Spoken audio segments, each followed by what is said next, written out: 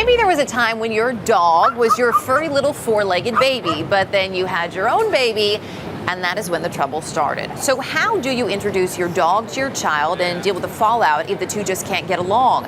The author of Dog-Friendly Dog Training has some suggestions for us. Andrea Arden is a dog behaviorist. Also joining us this morning, Candy IANELLI and her son Nicholas, along with Gretzky, a Boston Terrier, which, Candy, you had to give up after you had him for 7 years because he and Nicholas were just not getting along. So the first question to you then, Andrea, is when, and I went through this, I have a big 85-pound mutt and a little boy who's almost 2. When do you begin the process for the dog of letting them know someone else is coming in? Things are changing.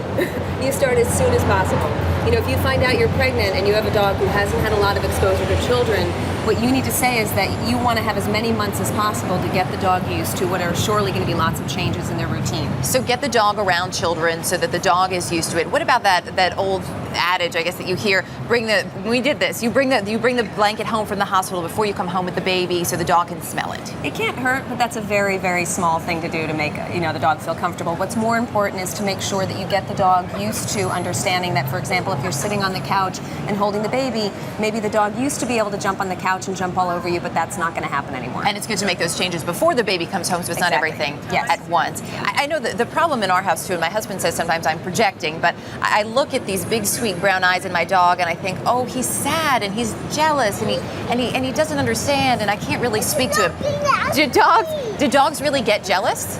I think it's important to understand the dog's motives. Jealousy is a human emotion. I think a better way of looking at it, a more realistic way, is that dogs, just like us, find that resources that are valuable to them should be guarded.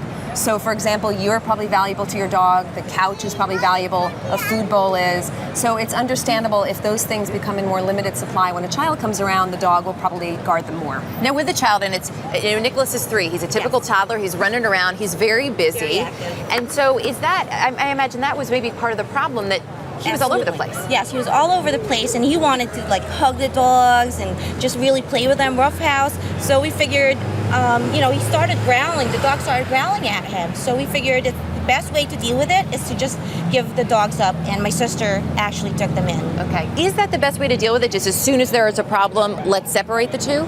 Separating the two is actually a very good idea. We call it management. That's severe separation, saying that in this situation we just don't think it's appropriate. I think that was a courageous decision. I think that we've talked a little bit about it, that she really felt that was the safest option. But you can also use management tools in the home to keep the dog in your family.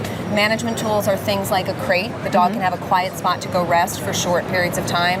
An exercise pen, which is a long-term confinement area, and keeping the dog on a leash at all times when around the child is really important indoors, so that you can make sure that the interactions are controlled. Okay, now what about when it comes to the child? Do you think Nicholas understands that he can't just grab the dog whenever he wants? Not at his age, no. I don't think he really fully understands. He thinks that they're his playmates. He thinks that they're friends and family, that he can just roughhouse with them anytime he wants. Right, so there's a little bit of training we need to do as parents too, just like we would with our dog, with our children. Absolutely, you need to teach the child how to have proper interactions. A really good example of that, it's so simple. You see it on lots of different TV shows about different nannies and what have you, is get yourself a little placemat. It can be a mouse pad, it can be something like this. Teach Nicholas to sit on it, that's his spot. Then you take the dog, you tie the dog just out of his reach, and that's the spot where Nicholas gets to sit to interact with the dog. Letting them each have their own space. Candy IANELLI, Nicholas Gretzky, and Andrea Arden. Great to have you with us.